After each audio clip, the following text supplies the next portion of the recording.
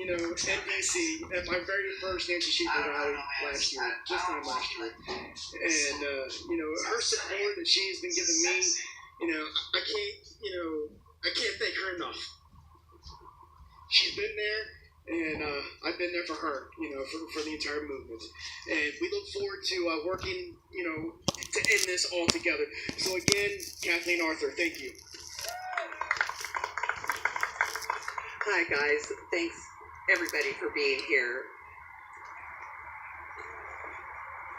I have some good news and I have some bad news. I'll start with the good news.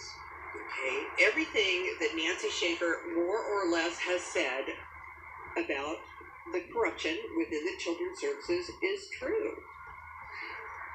There has been a presumed immunity for social workers that doctors and nurses do not enjoy. There was a presumed whatever crime was done while they were working was not at all and ever to be considered a criminal offense and to be charged as a crime. So, January 3rd, this year, a brand new federal level court case has ruled otherwise. And they have actually documented this and published it. It's court case number 15-55563. And in this ruling, this is the very first federal court case that has gotten to this level. Prior to this particular court case, no issue of this has come. This particular case took 16 years and $10 million to get to the federal ruling level. And sure, it took this family 16 years and $10 million to get their right to lie case to the federal government. But it's there now. And the judges ruled several things that are very important to us right now. First of all, they ruled that the social workers never had the constitutional right to lie and to plant evidence in order to take your child. It was never allowed. It was not hearsay and okay a little bit. You cannot lie a little bit. So they can't do that anymore, and that's a federal level ruling. And there's a lot of all of a sudden arrests because of this. There's a lot of DAs out there who know what the heck's going on and they don't like it, but there's absolutely nothing they can do about it because they were presumed untriable because of the right to lie that they had or was presumed to have, and also because of they had an immunity from that.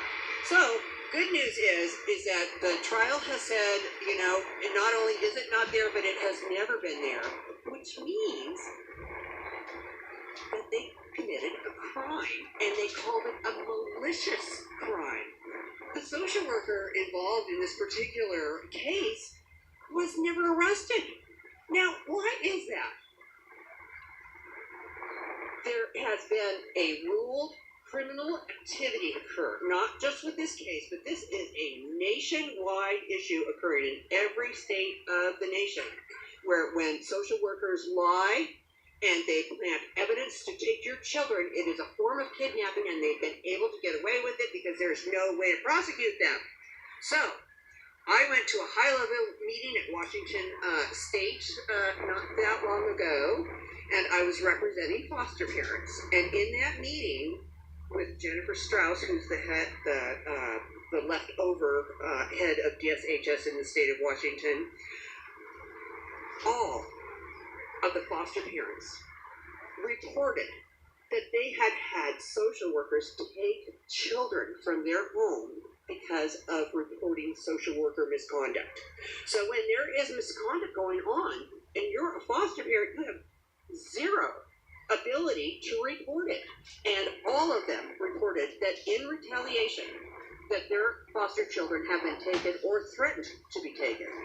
And since not only was this a public meeting, but also there was representatives, witnesses there, I had great backup as to what was going on during that meeting, so I went to the Attorney General's office.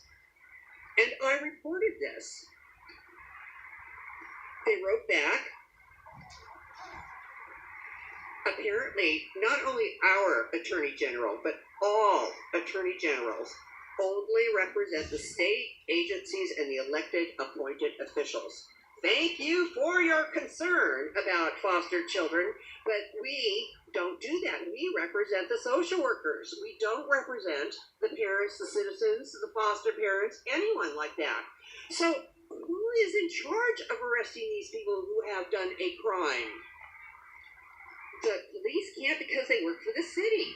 Same deal goes with most sheriffs, although occasionally you can get a sheriff to actually arrest somebody, but they work for the corporation of the entity that has hired them.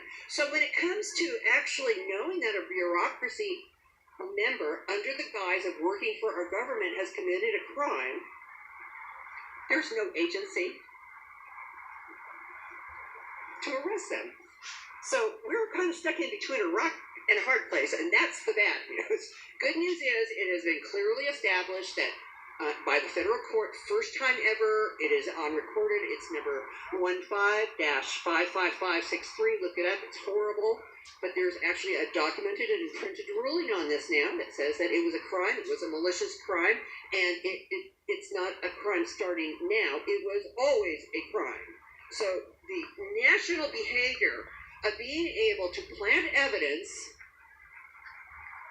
in order to take your child away from you and have absolute immunity is over. So that's my message today, and we need to start pushing, and we need to start getting justice for these folks. We need many of the federal level folks aren't even aware of this federal ruling, but we need to get it out there. It needs to get into the entire United States area. No more immunity, no more sanctity for lying and planting evidence. This must end. And then just one little quick thing about the our Family First Act, which for those of you who are following it has gone from Senate to House to Senate to House. So now it's back in the House. We still have to work on the one thing, which is taking the AFTA out. We cannot pay people bonuses to take people's children. It's going to end up bad, no matter how you look at it. Whoever thought of this silly thing, Hillary Clinton, it's not working. It is not. It's causing, it breeds corruption, and it is causing bad behavior, and we need to do it differently. There's a lot of other ways we could do that, but it's still apparently I did not see any language that took it out yet. So we need to be very sure of that before we go forward with that bill, and that's part of the process that we'll be doing soon. Go ahead. It's in the 9th Federal District Court, which is the western. I'm from the state of Washington, so it would cover Alaska, Washington, California, Nevada, and Texas. But federal precedent was set with this case, and Oregon. Federal precedent was set with this case. This is a brand new precedent case that can be cited in all federal districts. So no more lying, stealing, getting away from it. No more immunity. Everybody has to be accountable for their actions. Hello. Go ahead.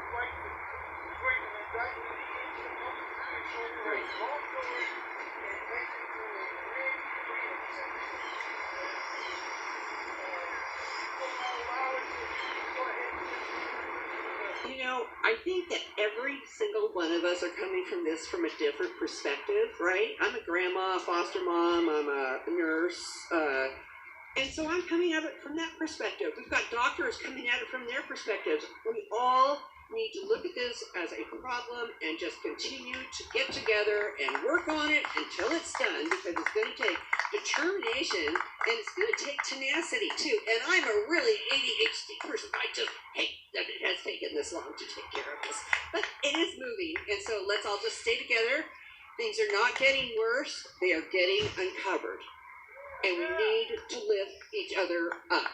And so let's do that, and let's do this for the children. Amen, and thank you all for being here. Thank you, Kathleen. Quick question. How can people reach the Family First Act?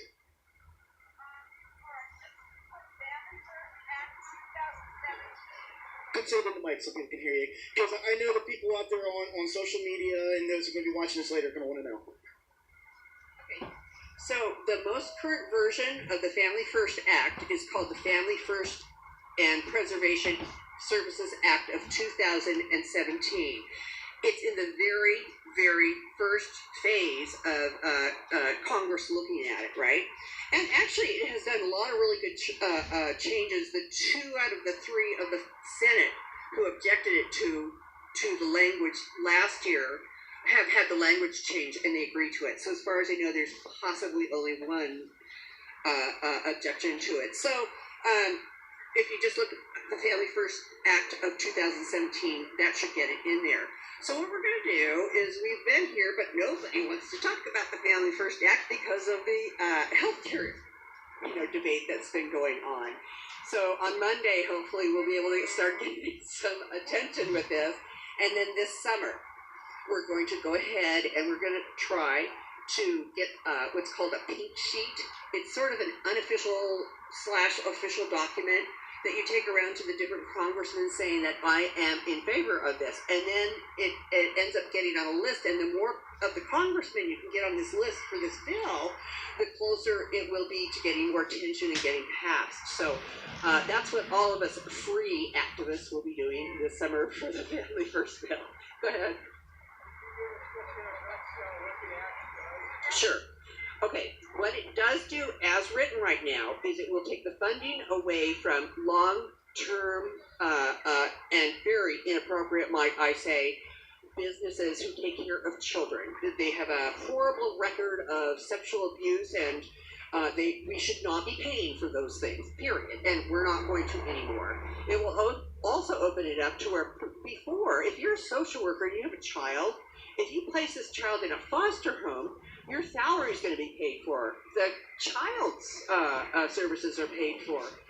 Everything is paid for. But if you put this child in with a family member, there are no Title IV benefits to help stay with the child there. There are some very limited ones, but they're very complicated to apply for, and they're very rarely used. And so that will take that clause out of it. It'll make it so that it will be easy for family members to be able to kind of like be a backup for a child. So it switches out the focus from taking the child away from money to making objective and specific goals occur, like reduction of ADHD medicine or just other specific markers that you can use to see whether the programs are working or not. So we're adding objectivity and science into it. So that's basically what this bill is doing. But again, unless the adoption bonus goes, it's not going to work. So that's the one thing that we've got to just tickle out of the bill and make sure that it's not addressed, but it is addressed, and that it's very clear as to no more bonuses for kidnapping kids. Thank you.